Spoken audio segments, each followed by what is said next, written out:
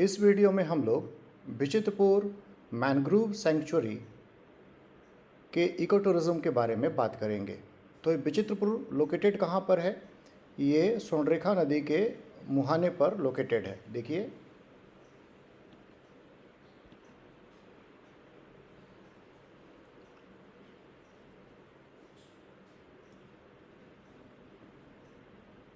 तो ये जो है ये सेंचुरी का एरिया है और इससे थोड़ी दूर पर ये जो एरिया है ये माउथ ऑफ स्वर्णरेखा नदी का मुहाना है। ये जगह जो है दीघा के बहुत ही नज़दीक है, वेस्ट बंगाल दीघा।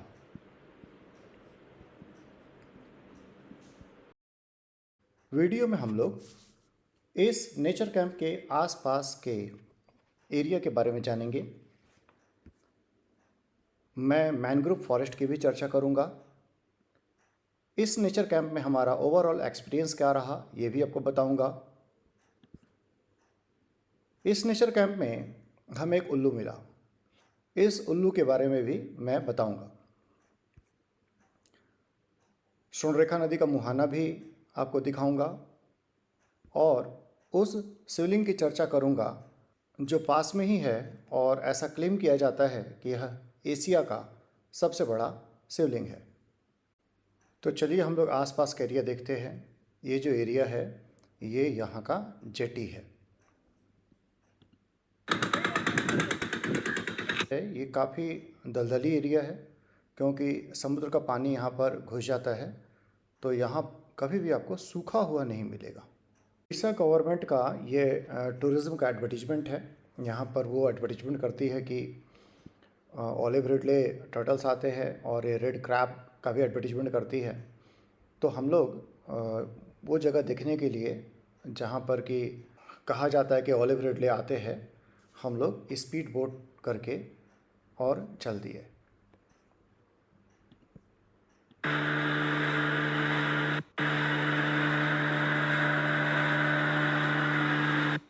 ये पूरा जो एरिया है ये मैनग्रोव फॉरेस्ट का एरिया है। ये लोकल लोगों का बोट है जो फिशिंग करने के लिए जा रहे हैं। तो ये जो आप देख रहे हैं ये सुंदरी के पेड़ है।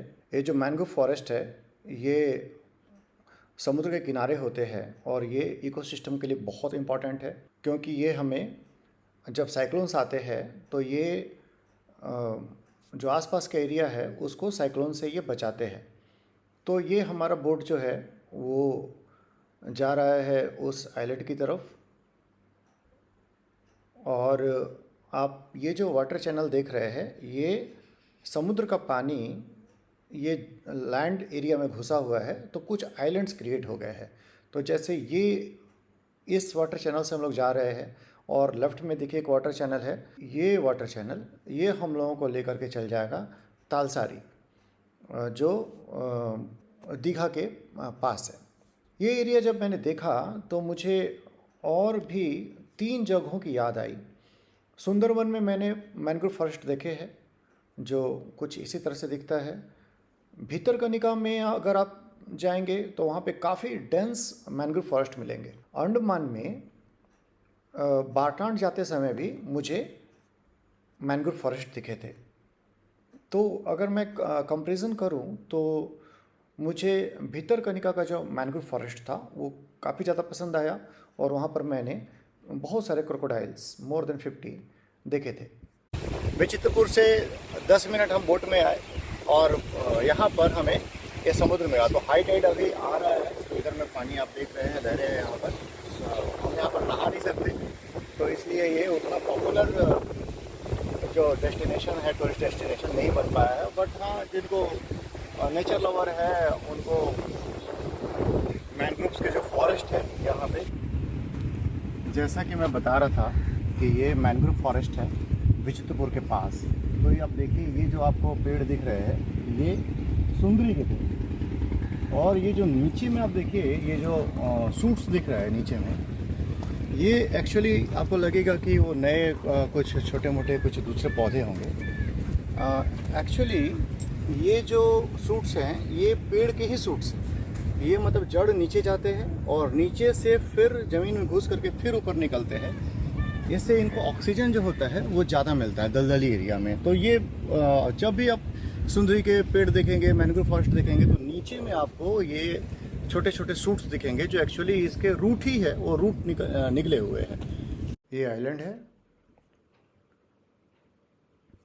और इस पर आप झूला भी झूल सकते हैं। आइलैंड घूमने के बाद हम वापस लौटे। इन जेटी के पास ही ये सुंदरी पेड़ों का प्लांटेशन हुआ है। सुबह में जो लोकल फिशरमैन हैं वो मछलियाँ लेकर के आते हैं, आप इनसे मछलियाँ खरीद सकते हैं। ये जो बड़ी मछली दिख रही है ये संकर मछली है। तो ये क्रैब्स और मछलियाँ। आसपास में कुछ आपको होटल्स मिलेंगे, यहाँ पर आप दिन में खाना खा सकते हैं। सुबह में 7 बजे से लेकर और शाम में लगभग 6 या 7 बजे तक इस एरिया में आप घूम सकते हैं, खाना पीना खा सकते हैं। लेकिन 7 बजे के बाद एरिया जो है ये सुनसान हो जाता है, यहाँ अंधेरा हो जाता है। हालांकि ये एरिया काफ़ी शांत एरिया है और क्राइम नहीं है यहाँ पर, लेकिन 7 बजे के बाद इस एरिया में घूमना ठीक नहीं है। विचित्रपुर से लगभग 6 किलोमीटर पश्चिम ये स्वर्णरेखा नदी का मुहाना है। ये जो नदी आपको दिख रही है ये नदी स्वर्णरेखा नदी है। ये देखिए ये नदी बह रही है। ये डायरेक्शन इधर से नदी का फ्लो है और उधर देखिए, उधर में जा कर के ये समुद्र से मिल जाएगी। ये जो आसपास का एरिया आपको दिख रहा है, इस एरिया में बहुत ज़्यादा रेड क्रैब्स हैं। ये देखिए रेड क्रैब्स, जिसका उड़ीसा गवर्नमेंट इस जगह का प्रचार करने के लिए भी एडवर्टीजमेंट करती है। तो ये बहुत सारे रेड क्रैब्स यहाँ पे हैं। आप देखेंगे कि जैसे मैं कैमरा लेकर के इनके पास जाऊँगा, ये सैंड के भीतर घुस जाएंगे।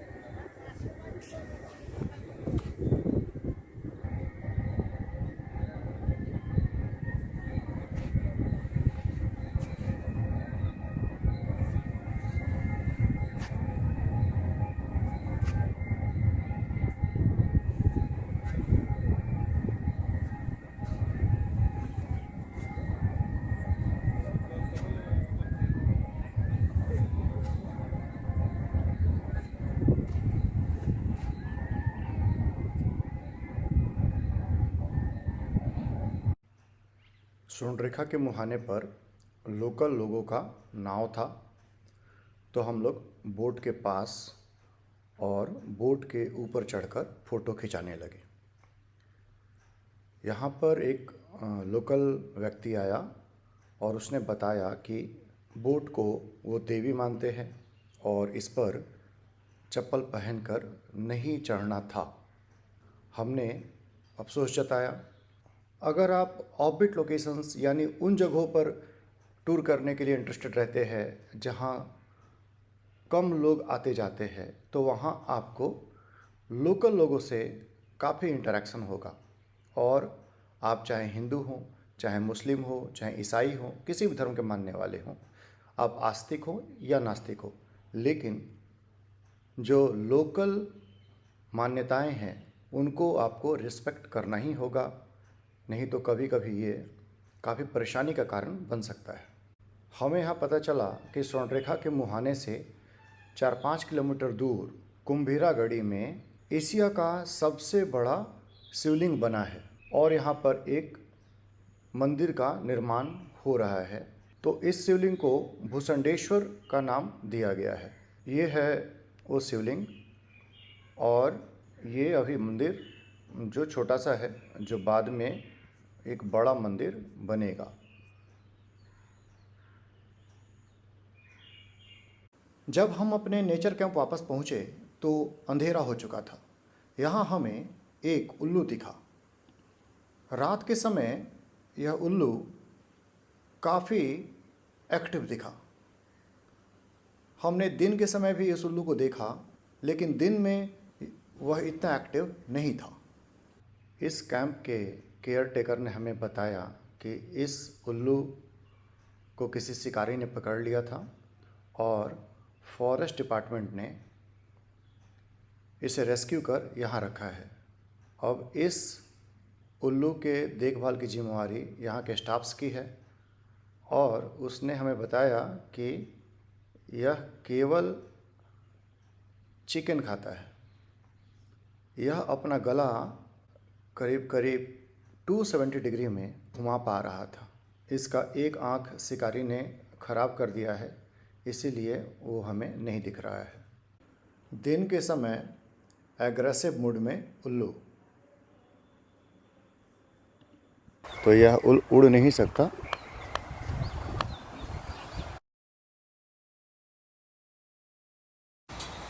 लोग धार्मिक अंधविश्वास में उल्लुओं का शिकार करते हैं। उन्हें लगता है कि दिवाली के आसपास के दिनों में इसकी बलि देने से धन दौलत की प्राप्ति होगी। इस तरह के काम करके हम अपने इकोसिस्टम को भारी नुकसान पहुंचा रहे हैं। उल्लू तो ह्यूमन बीइंग के लिए काफ़ी यूज़फुल है, क्योंकि ये चूहों के बहुत अच्छे शिकारी होते हैं और जो रॉडेंट पॉपुलेशन है, चूहों का पॉपुलेशन है, उसको कम रखने में इनका बड़ा रोल है। अभी हाल में ही लक्षद्वीप में नारियल के जो प्लांटर्स हैं, वो लोग चूहों से परेशान थे क्योंकि नारियलों को ये चूहे कुतर जाते थे। तो इन चूहों को कंट्रोल करने के लिए केरल से उल्लुओं को ले जाया गया और उन उल्लुओं के जाने के बाद चूहों का पॉपुलेशन कंट्रोल में आया। तो अगर हम इस तरह से जानवरों को या पक्षियों को नुकसान पहुंचाएंगे तो फिर हमारा इकोसिस्टम जो होगा वो ख़राब होगा और इससे अल्टीमेटली हमें ही नुकसान पहुंचेगा। तो हमें अपने इकोसिस्टम को ख़राब नहीं करना चाहिए। विचित्रपुर नेचर कैंप में रुकने के लिए केवल ऑनलाइन बुकिंग होती है और आपको इसके लिए www.ecotour-odisha में जाकर फॉर्म भरना पड़ेगा और फॉर्म भरकर बुकिंग आप करा सकते हैं। तो सबसे पहले आपको इस रिसेप्शन में जाना पड़ेगा और यहाँ पर जो डॉक्यूमेंट आपने ऑनलाइन बुकिंग में दिया था उसी डॉक्यूमेंट को यहाँ पर प्रोड्यूस करना पड़ेगा और उसके बाद आपको रूम अलॉट कर दिया जाएगा। ये कॉटेज है।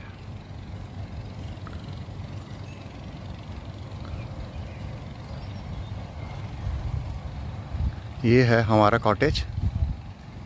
चलिए देखते हैं कैसा है।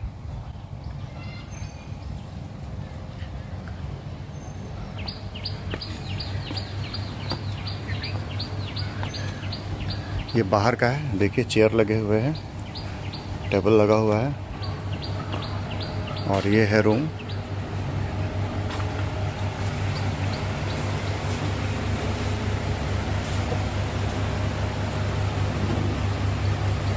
एसी, बेड,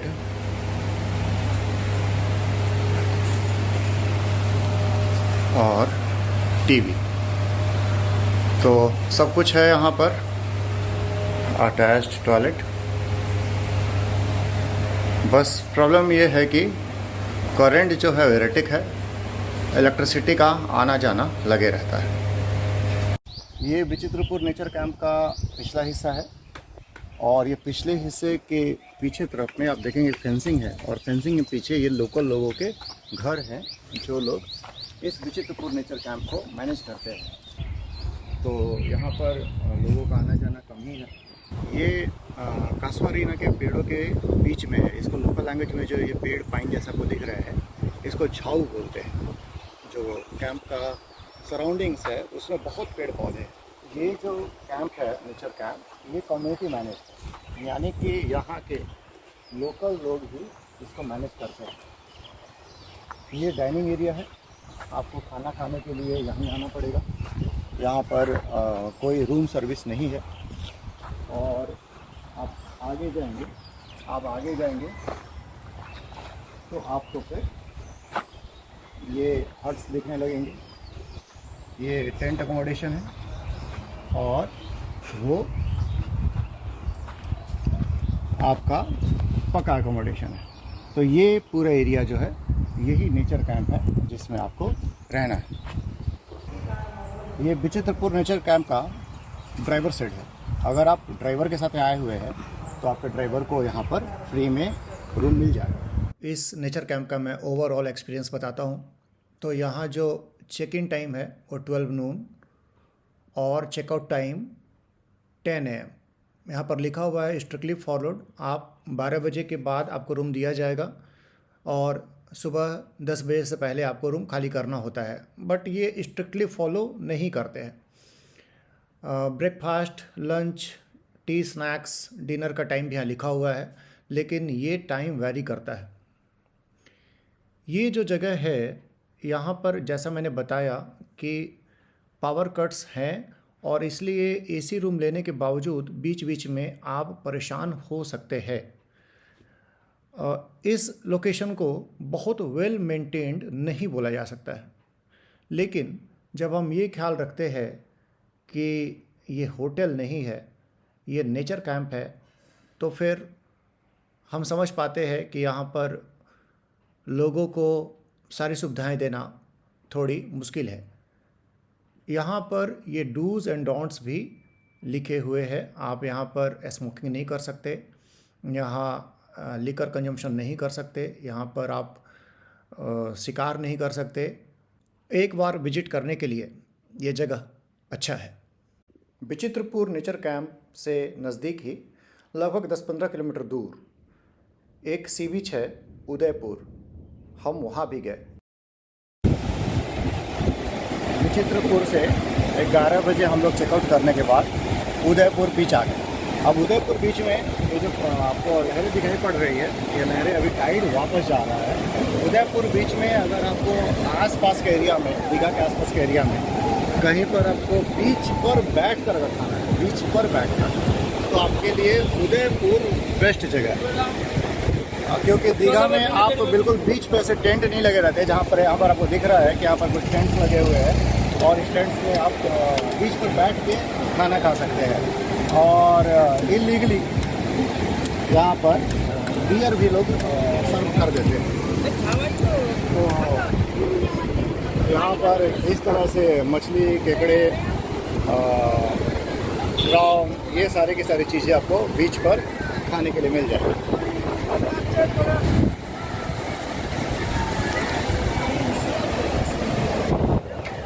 उदयपुर में आप मसाज का भी आनंद ले सकते हैं। और इसके बाद हम अपने घर की ओर वापस लौट पड़े।